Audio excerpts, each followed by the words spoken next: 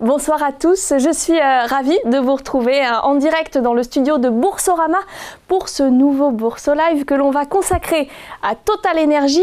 Et ce soir, nous allons voir comment combiner de façon rentable transition énergétique et retour à l'actionnaire, car c'est là toute l'ambition de Total Energy qui a soufflé sa 100e bougie le 28 mars dernier. Un centenaire d'ailleurs à marquer d'une pierre blanche, puisque Total Energy, qui est la quatrième capitalisation du CAC 40, trônait aujourd'hui à 13h à 67,52 €, record historique pour l'action qui ne fait quasiment que monter depuis près de 3 semaines. Bref, Total Energy va très bien et c'est peut-être parce qu'elle est pleinement engagée dans cette transition énergétique. Alors, comment faire évoluer radicalement son modèle sans dégrader sa performance financière? Quelles solutions, comme la rigueur et la sélectivité de la major dans ses métiers traditionnels, lui permettent de se développer et de s'afficher comme un leader de la décarbonation? On va en parler tout de suite dans le détail avec mon invité ce soir. Bonsoir Renaud Lyons. Bonsoir Johanna. Vous êtes directeur de la communication financière et des relations investisseurs de Total Energy. Juste avant d'entrer dans le vif du sujet et qui nous intéresse ce soir, est-ce que vous pouvez nous reparler du positionnement de Total Energy sur ce marché de l'énergie? Où en est-on et quelles évolutions?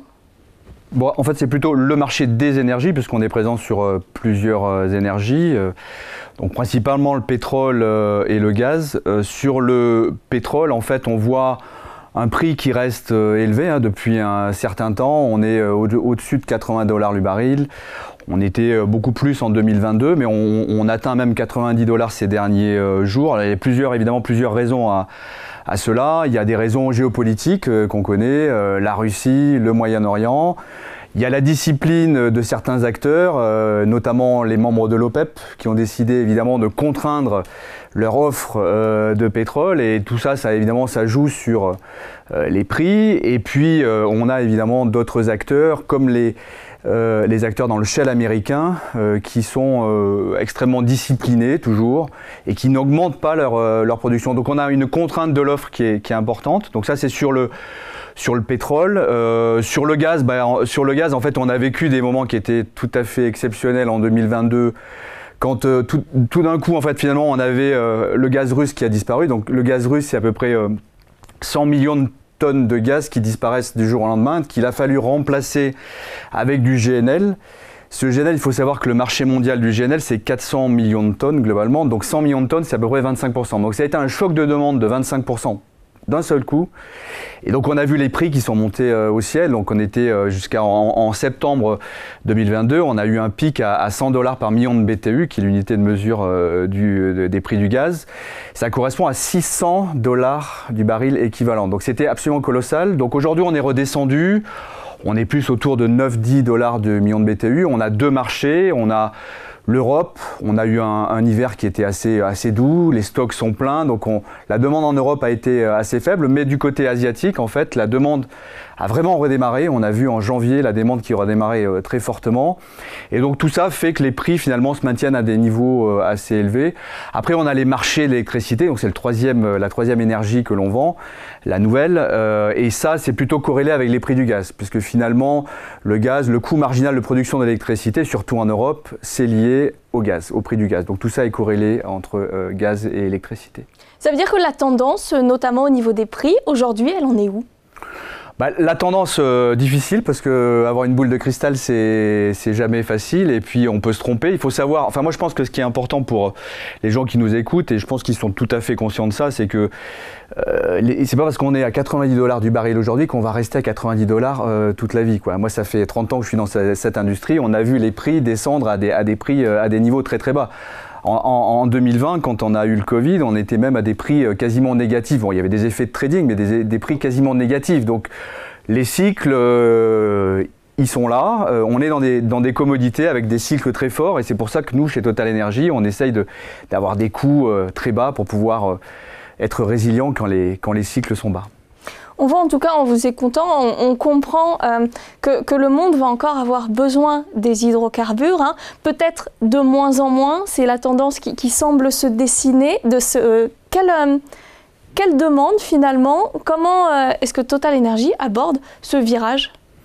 Alors ce virage, moi pour l'instant, ce qu'on voit, c'est une augmentation de la demande de pétrole. Et c'est pas moi qui le dis, c'est l'Agence internationale de l'énergie qui voit finalement la demande de pétrole augmenter parallèlement à l'augmentation de la population. Donc sur la décennie, alors peut-être sur les 5 prochaines années, en tout cas, l'EIA dit que l'augmentation de la demande va être à peu près de 1,2%. On a vu l'année dernière, c'était plutôt 2%, donc une demande assez forte. Et c'est très corrélé avec l'augmentation de la population mondiale qui est autour de 1%.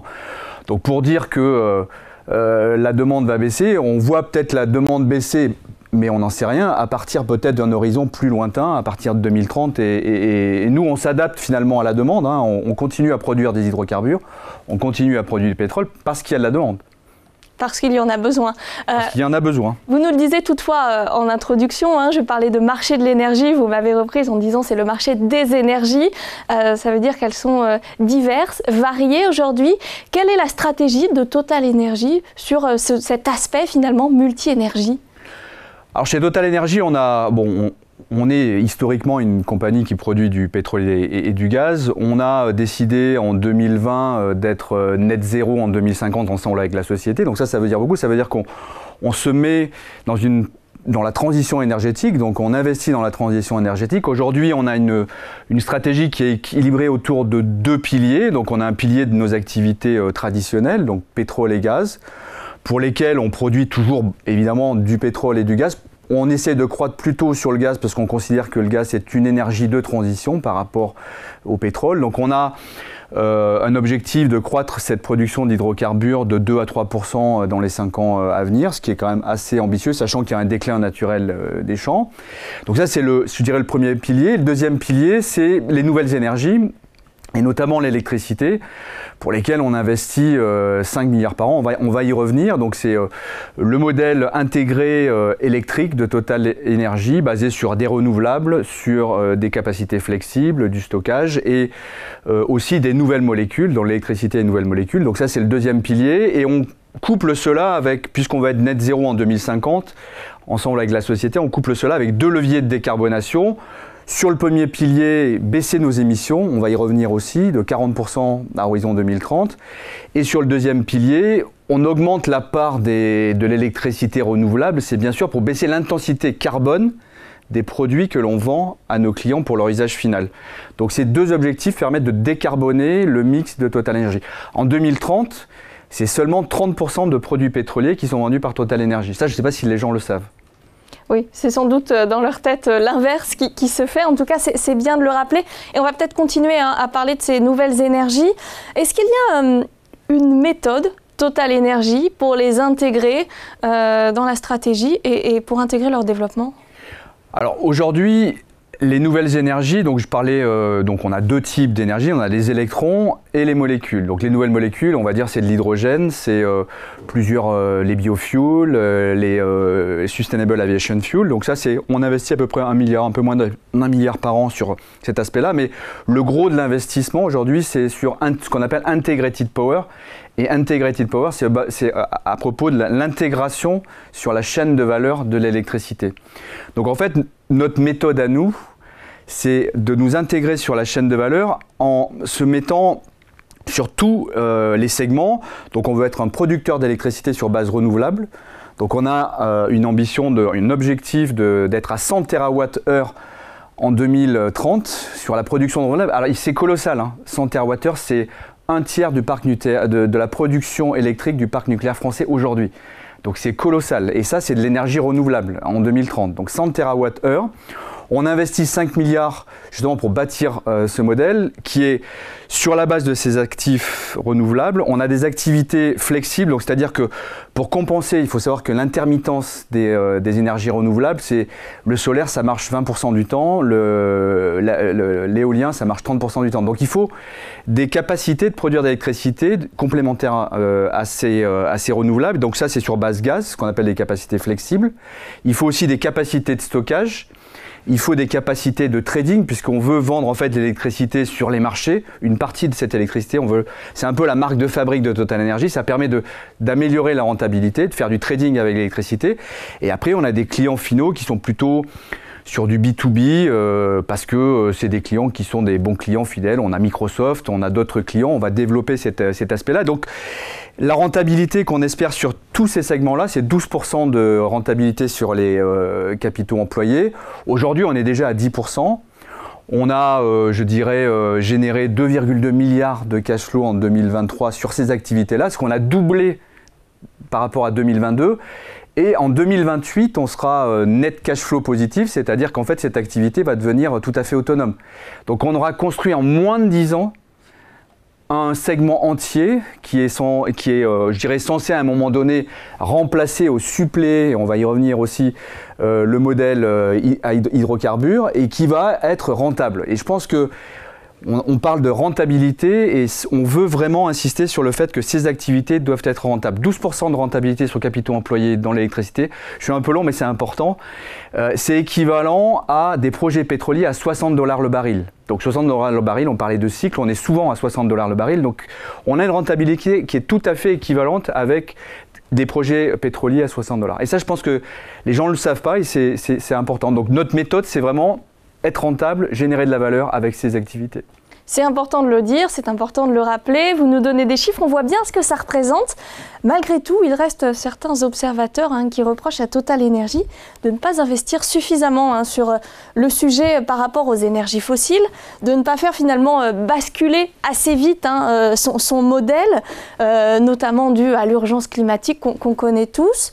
Qu'est-ce que vous pouvez leur répondre ?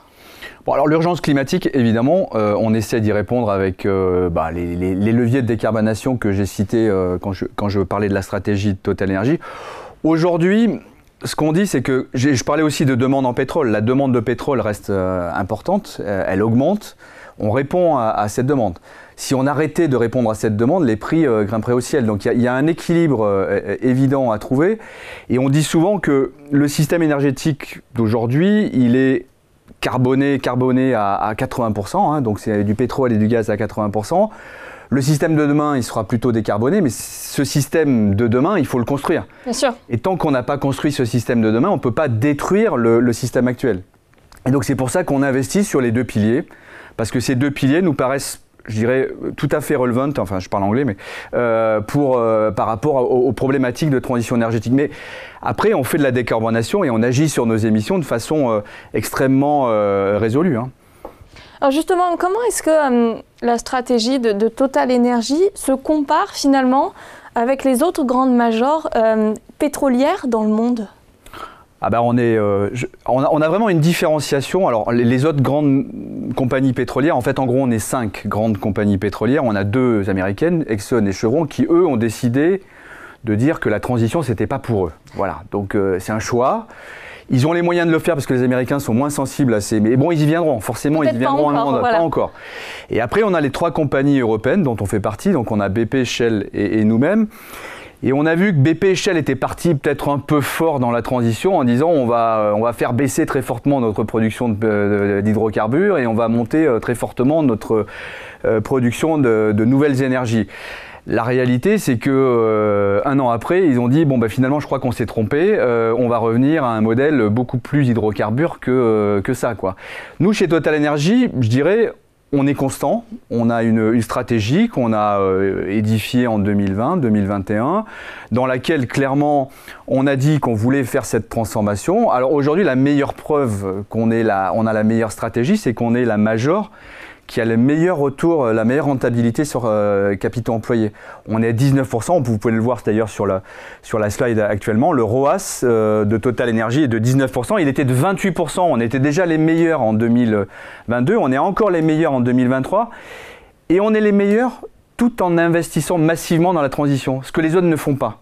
Donc ça, je pense que c'est vraiment une différenciation. Alors, on parlait du cours de l'action, on s'en félicite, je pense qu'on reviendra dessus, j'imagine, à un moment donné, mais je pense qu'il y a un début de prise de conscience que notre stratégie est la bonne et que finalement notre modèle, il fonctionne et peut-être que c'est reflété aujourd'hui dans le cours de l'action. C'est la stratégie du marathon finalement. C'est la stratégie du marathon, mais c'est un marathon qui est, je dirais, qui est censé être vertueux, puisqu'à la fin, il faut que les meilleurs en termes de transition énergétique soient les mieux gréés ou les mieux récompensés. On voit bien en tout cas hein, votre ambition, celle du groupe, d'être un acteur majeur hein, dans cette décarbonation. Comment est-ce que s'opère concrètement cette ambition? Je pense notamment aux métiers traditionnels de la production d'hydrocarbures. Alors, pour les métiers traditionnels de la production d'hydrocarbures, c'est principalement, je le disais, hein, c'est le levier de décarbonation qui est lié à la baisse des émissions. Donc on a un certain nombre de sites dans le monde, hein, on a énormément de sites de production de pétrole et de gaz dans le monde, et on essaie justement de combattre nos émissions et de les arrêter quand on peut. Donc c'est principalement le torchage. Avant on torchait le gaz, en fait on produisait du pétrole, mais torcher le gaz ça veut dire le brûler. En fait, on ne valorisait pas le gaz. À certains endroits, on le valorisait, mais il y a des endroits où on ne pouvait pas le valoriser, et donc on le brûlait.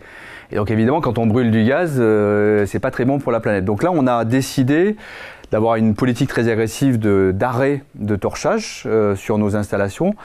Après, il y a l'électrification de nos plateformes et de nos installations. Et alors, effectivement, pour faire tourner nos plateformes, on brûlait avant du pétrole et du gaz. Et aujourd'hui, en fait, on électrifie des fois sous base d'énergie renouvelable. Hein, quand on a des éoliennes à côté, l'idée, c'est vraiment de faire venir l'énergie électrique sur base éolienne sur nos plateformes pétrolières. C'est ce qu'on peut envisager, par exemple, en mer du Nord. Donc l'électrification. Et après, il y a un gros volet qui est sur les réductions des fuites de méthane. Alors comme vous le savez, le méthane est beaucoup plus émissif que le reste, 20 fois plus émissif de gaz à effet de serre. Et donc comme on est un gros producteur de gaz, on a décidé de vraiment prendre ce sujet à bras le corps. Alors on en a parlé à la COP28, on a beaucoup d'initiatives pour faire baisser nos émissions de méthane, et notamment on a une campagne par drone, ce qu'on appelle OSEA, sur laquelle on a fait pas mal de publicité, parce qu'en fait ça marche bien. C'est des drones qui survolent les installations et qui permettent de détecter les fuites furtives de méthane sur les installations, et qui permettent de corriger et évidemment de réparer les installations de façon à ce qu'il n'y ait plus de fuites. Et donc on a fait passer ces drones sur toutes nos installations, et aujourd'hui on a des objectifs de réduction. On va tendre vers le zéro méthane. En fait l'idée c'est vraiment en 2030 de tendre vers le zéro méthane. Ce qui est quand même, je dirais, un exploit au niveau de l'industrie d'arriver à réduire complètement. Mais c'est une obligation aujourd'hui par rapport aux objectifs climatiques qu'on s'est fixés. C'est intéressant parce que ça peut paraître un peu contradictoire finalement, ces installations que je sens vertueuses, et pourtant ça existe, c'est une réalité. Oui, et je dirais que après c'est du travail sérieux, il y a de l'innovation derrière tout ça. Je veux dire, les drones, on ne fait pas ça comme ça, il y a de la technologie, on investit 1 milliard en R&D, et notamment sur les investissements en R&D, sur ces 1 milliard, aujourd'hui il y en a plus de 60% qui sont justement destinés soit à combattre les émissions, soit sur les nouvelles énergies. Donc on est vraiment... La recherche et développement de TotalEnergies s'est mise vraiment au service de la décarbonation et au service de la transition. Et donc ça ira encore mieux demain? On espère, en tout cas on y travaille. Puisqu'on a parlé d'électrification, on en est où de l'électricité? Quelle est votre ambition sur ce domaine? Est-ce que c'est finalement, et j'ai envie de dire presque simplement, de vendre de plus en plus d'électricité décarbonée à vos clients? Bah oui, c'est un peu l'objectif. L'objectif finalement, ce levier de décarbonation qui est finalement de réduire l'intensité carbone des produits que l'on vend à nos clients pour leur usage final. C'est si on augmente la part de l'électricité sur base renouvelable dans ce mix-là, donc ça veut dire qu'on utilise moins de pétrole et qu'on a moins de pétrole dans notre mix, et donc ça permet. Donc on a cet objectif de baisser l'intensité carbone de moins 25% d'ici à 2030. Donc l'électricité, c'est évidemment, les décarbonés, c'est évidemment à la base de ce que l'on fait. Aujourd'hui, on agit donc sur l'offre en développant cette production d'électricité. On va aussi agir sur la demande. On va faire changer les habitudes des utilisateurs de voitures, par exemple, en développant le nombre de charges électriques sur les autoroutes. C'est une autre façon de voir les choses. C'est-à-dire qu'on change la demande d'énergie. Des gens qui ont l'habitude d'utiliser du pétrole, demain, on installe des recharges soit dans les villes, soit sur les autoroutes, et on permet aux gens de passer le moteur thermique au moteur électrique. Donc l'idée, c'est de créer une offre pour créer une demande? On crée une offre et on crée une demande. On fait les deux. On est souvent critiqué sur le fait qu'on joue sur le mix, l'offre, mais on agit aussi sur la demande. Et ça, les gens, il faut qu'ils le sachent. On va revenir, Renaud, si vous voulez bien, à notre sujet. Pourquoi est-ce que c'est finalement essentiel pour un acteur comme Total Energy de combiner de façon rentable transition énergétique et retour à l'actionnaire? Parce qu'aujourd'hui, nos actionnaires, ils nous demandent deux choses. Principalement, ils nous demandent de réaliser, d'être un acteur de la transition énergétique. Donc ça, sur le papier, c'était pas notre métier de base, donc on apprend un nouveau métier. Mais ils nous demandent d'être un acteur, ça veut dire d'agir concrètement pour faire baisser nos émissions, donc notre empreinte carbone, et aussi développer le modèle de demain. Donc ça, c'est la première demande. La deuxième demande, c'est quand même de retourner une partie des bénéfices de Total Energy sous forme de dividendes, principalement. Et pour ça, il faut être rentable. Donc, pour arriver à combiner, il faut qu'on arrive à combiner le fait de développer des nouvelles énergies avec le fait d'être rentable. C'est un peu ce que j'expliquais sur l'intégration de la chaîne électrique, qu'on ait une rentabilité, parce que la rentabilité, en fait, c'est la source de tout. On a vu des acteurs dans le renouvelable, donc la compagnie Ørsted, sans la nommer, donc qui a souffert et qui souffre actuellement parce que effectivement ils ont un modèle qui est pas forcément extrêmement rentable aujourd'hui, parce qu'ils ne se focalisent que sur le développement de renouvelables. Il faut être en fait intégré sur la chaîne de valeur pour pouvoir dégager des rentabilités suffisantes pour arriver au niveau de ce qu'on peut faire avec les hydrocarbures. C'est vraiment de trouver un équilibre entre durabilité et rentabilité. Exactement. Alors justement, est-ce que vous pouvez nous détailler la politique de Total Energy de retour à l'actionnaire?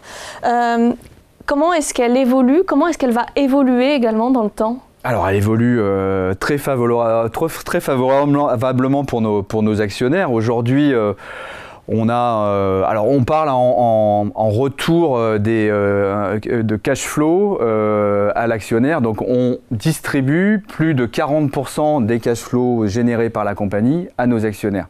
Je ne sais pas si ça leur parle vraiment beaucoup, mais il faut savoir qu'il y a quelques années, on était plutôt sur 25-30%. Donc on a vraiment augmenté ce retour à l'actionnaire. Alors ça se fait sous deux formes. Le dividende, donc on a augmenté le dividende en 2023 de 7,1%. On a annoncé que sur 2024, on allait encore l'augmenter de 7%. Il faut savoir, et ça c'est un peu la comparaison qu'on faisait tout à l'heure avec les autres majors de l'énergie, nos petits copains Shell et BP, ils ont coupé leur dividende de 50% en 2020. Nous, on ne l'a pas coupé. Donc ils ont beau l'augmenter de 20%, nous quand on l'augmente, on ne l'a pas coupé, on continue à augmenter de 7% et 7%. Et effectivement, quand on voit le retour total à l'actionnaire, donc qui est finalement l'augmentation du dividende et l'appréciation de l'action, alors aujourd'hui effectivement l'appréciation de l'action c'est beaucoup puisqu'elle monte énormément, mais même sur 10 ans c'est 10%. Si on compare ça avec un livret A par exemple, sur 10 ans le retour total à l'actionnaire c'est 10%.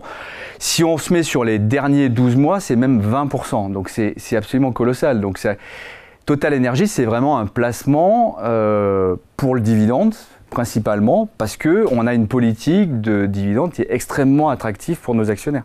Et je pense que ça, ils ont compris, à peu près. Puisqu'on parle de l'action, je le disais en introduction, record historique aujourd'hui pour l'action de Total Energy, qui d'ailleurs n'a fait que monter sur les 3 dernières semaines. C'est... je dirais sans doute ce que je disais, c'est la conséquence peut-être de cette prise de conscience que notre stratégie fonctionne et qu'on arrive trimestre après trimestre à prouver que notre stratégie est en marche. Et donc aujourd'hui on est à 68 €. On verra plus tard, mais on a encore beaucoup de marge de progression. Alors malgré tout, il reste des investisseurs qui ont parfois un peu du mal à comprendre la stratégie poursuivie avec le rachat d'actions.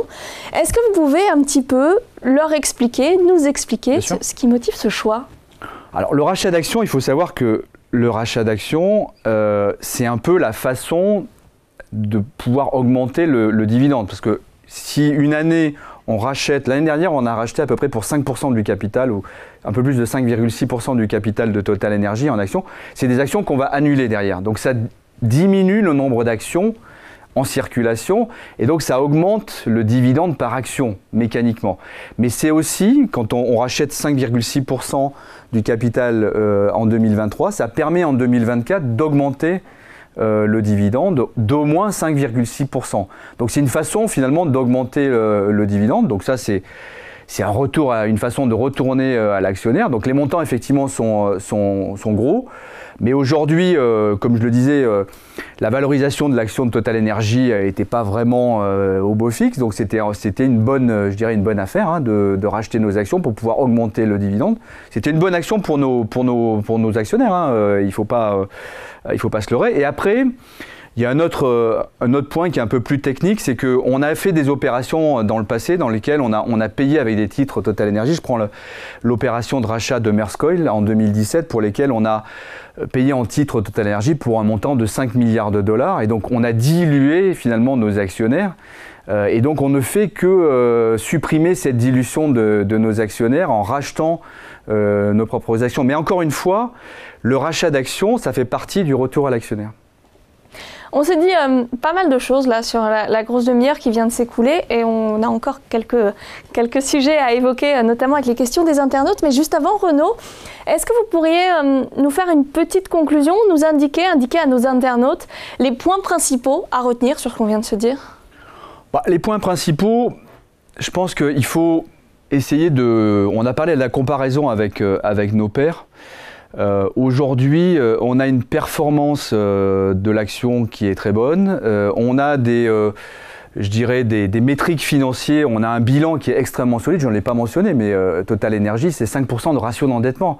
C'est rien du tout. Donc on est une compagnie qui a une santé financière qui est extrêmement bonne.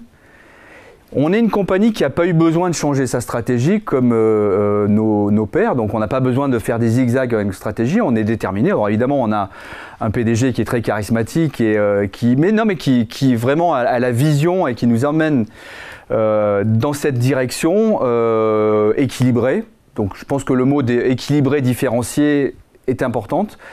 Le mot de rentable aussi, je pense, on l'a utilisé, mais la rentabilité, en fait, c'est la seule façon de réussir la transition énergétique, c'est d'être rentable. Il faut que la compagnie soit rentable. Et donc, pour être rentable, il faut trouver des leviers qui nous permettent de dégager des cash flows, parce qu'à la fin, c'est une histoire de gros sous. Hein, on investit massivement dans les énergies de demain. On a la capacité d'être net positive en cash à partir de 2028. Donc, on aura bâti ce nouveau modèle énergétique en moins de 10 ans. Donc, je pense qu'on est parfaitement positionné, Total Energy, pour être une compagnie du futur. On va se plonger d'ailleurs maintenant dans le futur avec les questions de nos internautes et une première question d'Elsa sur une énergie dont on n'a pas encore parlé, c'est l'hydrogène. Quelle est votre ambition chez Total Energy pour l'hydrogène ? Alors on a effectivement, on parle beaucoup d'hydrogène, il y a beaucoup, alors les politiciens adorent l'hydrogène parce qu'effectivement c'est un peu la solution miracle. La réalité c'est que c'est le futur. Mais c'est vrai, il y a possiblement, alors aujourd'hui la production d'hydrogène c'est très cher. Bon, c'est pas forcément économique dans tous les cas. Alors, je ne vais pas faire un cours sur l'hydrogène. Il y a différentes couleurs pour l'hydrogène, hydrogène vert, gris. Alors nous, notre objectif, dans un premier temps, je dirais ça c'est du court terme, c'est de décarboner l'hydrogène qui est consommé dans nos raffineries. Il faut savoir qu'aujourd'hui, on utilise donc de l'hydrogène gris dans nos raffineries. Alors, le gros inconvénient de l'hydrogène gris, c'est que pour une tonne d'hydrogène qui est produit, il y a 10 tonnes de CO2 qui sont générées. Donc, ce n'est pas forcément très bon pour la planète. Donc, nous, ce qu'on voudrait, c'est vraiment décarboner cet hydrogène. Et pour ça, on a lancé un appel d'offres pour acheter de l'hydrogène vert et on voulait un peu tester le marché pour savoir s'il y avait des gens qui pourraient nous fournir de l'hydrogène vert. Alors la bonne nouvelle, l'hydrogène vert qui est du coup moins émetteur, décarboné, qui est complètement décarboné et donc qu'on pourrait utiliser dans nos raffineries puisqu'on est consommateur d'hydrogène. Et donc on a reçu à peu près une soixantaine de réponses à l'appel d'offres. Donc on va a priori pouvoir trouver des gens qui vont nous fournir de l'hydrogène vert, ce qui va nous permettre de décarboner notre hydrogène consommé dans nos raffineries. Donc ça c'est le premier point. Et après sur le long terme, le gros point de Total Energy, je dirais que c'est on bâtit notre système électrique décarboné, donc les 100 TWh qu'on aura en 2030 de génération sur base renouvelable. Il faut savoir que l'hydrogène vert, il est produit à partir d'électrolyseurs. Donc l'électrolyseur, c'est de l'eau, en fait. Il faut de l'eau, il faut de l'énergie verte, et entre de l'électricité verte et avec de l'électricité verte et de l'eau, on peut, c'est H2O, on peut séparer l'hydrogène de l'oxygène. Et donc il suffit d'avoir finalement du soleil, du vent et de l'eau et on peut faire de l'hydrogène vert. Et donc En fait, sur le long terme, on prépare avec cette génération électrique de 100 TWh en 2030, on prépare finalement le cas où la demande d'hydrogène va augmenter, probablement, d'hydrogène vert va augmenter, et donc on aura finalement un avantage compétitif à avoir de l'électricité renouvelable et on n'aura plus qu'à finalement développer, peut-être que les électrolyseurs seront bien meilleurs, parce qu'aujourd'hui les gros électrolyseurs, ça reste très petit donc, et c'est très cher. Donc peut-être que la technologie aura évolué. En tout cas, nous, on aura un avantage compétitif. Et ça, je dirais, c'est aussi un avantage. On parlait des avantages TotalEnergies. On sera présent et on aura de l'énergie décarbonée, de l'électricité décarbonée pour pouvoir produire de l'hydrogène vert. Vous avez quasiment un coup d'avance, là. On a tout à fait un coup d'avance. On va poursuivre avec une question de Bernard qui vous demande quelle perspective d'évolution du cours de l'action. Pas facile, mais il poursuit. Quel sera l'avenir de TotalEnergies après 2035 ? Est-ce que ce sera les voitures électriques ? Oula, alors là il y a plusieurs questions. Alors le cours de l'action, bon, à chaque fois qu'on se positionne sur le cours de l'action, on se trompe. Bon, là on peut juste regarder les écrans et se dire que ça monte. La réalité, c'est qu'il y a des gens qui font des études, il y a des analystes qui nous suivent et il y a certains analystes qui nous voient à 100 € l'action. Donc aujourd'hui, on est à 68. Donc je disais, on a encore un peu de marge. Mais clairement, aujourd'hui, avec le système qu'on est en train de développer et je dirais cette base d'actifs électricité, integrated power qu'on est en train de développer, qui vont avoir de la valeur, on pourrait avoir une action qui... à court terme, alors maintenant je ne sais plus quoi dire, mais je dirais à plus ou moins court terme, puisse atteindre 100 € l'action. Donc on a encore une marge de manœuvre d'à quasiment 30% quoi, avant d'arriver là. Donc ça c'est la première réponse, donc assez volontaire sur le prix de l'action. Alors après, et pour 2035 ? Pour 2035, bah, en tout cas on se positionne pour être présent, c'est-à-dire qu'on a... évidemment l'Europe qui a décidé d'arrêter les moteurs thermiques à partir, donc on a de produire des compagnies qui produisent des voitures vont devoir évidemment passer à l'électrique ou à autre chose, mais en tout cas pas des moteurs thermiques à base d'hydrocarbures. Nous, en fait, on se positionne, on a une compagnie dans les batteries, on a Saft, qui est une compagnie qui développe des batteries, mais on a surtout une association avec Daimler et Mercedes, ACC, qui va nous permettre de produire 2 millions de batteries électriques en 2030, donc pour équiper les voitures électriques. Donc oui, on pense qu'effectivement, on sera un acteur sur le marché de la batterie quand le marché sera complètement passé à l'électrique. Et puis je parlais des bornes de recharge sur les autoroutes et dans les villes. On est positionné déjà sur les énergies de demain, quoi. Retour au sujet de l'action, puisque Angèle demande, faut-il encore acheter des actions TotalEnergies ? Et avec quel objectif peut-on les conserver ? Bah, l'objectif, moi je disais, l'objectif, généralement quand on a des actions TotalEnergies, on aime bien les avoir parce qu'on est bien servi en termes de dividendes. On a un dividende qui est très bon. Et alors la première question, c'est faut-il encore acheter des actions de TotalEnergies ? Bah, j'ai un peu répondu à cette réponse juste avant, en disant il y a encore de la marge de progression. Après, acheter des actions TotalEnergies, c'est pour les conserver, je dirais quelque temps, de façon à pouvoir bénéficier justement de ce dividende qui est en hausse. Et donc on a dit, on a augmenté en 2024, si vous achetez des actions aujourd'hui, comme le dividende va augmenter en 2024 et probablement les années d'après, puisque je ne vois pas pourquoi. Alors bon, on ne s'est pas positionné c'est le conseil d'administration qui se positionnera évidemment sur ce point-là. Donc, mais probablement, si on arrive à faire ce qu'on a dit, on aura la possibilité d'augmenter le dividende. Donc conserver des actions avec un dividende qui augmente, c'est pas le cas tous les jours. Et avoir un rendement finalement de l'action plutôt que de le placer sur le livret A. Si vous prenez 100 €, vous le placez sur le livret A et 100 € en action TotalEnergies, aujourd'hui vous avez un peu plus de dividendes, quoi. Laurent vous demande, on reproche beaucoup à TotalEnergies de continuer à investir dans les énergies fossiles, on en a parlé. Comment le justifiez-vous et est-ce indispensable pour assurer la transition du modèle sans dégrader la valeur de l'entreprise ? C'est cette fameuse balance finalement dont vous nous parliez tout à l'heure ? Oui, c'est surtout c'est le modèle A, voilà, le modèle A, le modèle B. Alors évidemment, on voudrait que ça aille plus vite, mais la réalité, c'est que quand on regarde la demande en pétrole, c'est le point que je soulevais tout à l'heure, quand vous me posiez la question sur l'évolution de la demande de pétrole. La demande de pétrole continue à augmenter. Donc il faut bien répondre. Alors si ce n'est pas Total Energy qui le fait, ça sera d'autres qui vont le faire, mais concrètement, il faut répondre à cette demande. Et donc aujourd'hui, on ne voit pas pourquoi on baisserait notre production d'hydrocarbures. Donc ça, c'est le premier point. Et le deuxième point, c'est que l'énergie d'aujourd'hui, ça reste les hydrocarbures, quoi. Donc, on sait pas, on n'a pas décarboné le mix énergétique de nos voitures, de nos avions, et donc le monde a encore besoin d'hydrocarbures. Donc, on répond à cette demande. Et pour continuer sur ce sujet, Christophe nous dit que les banques se détournent des acteurs des énergies fossiles.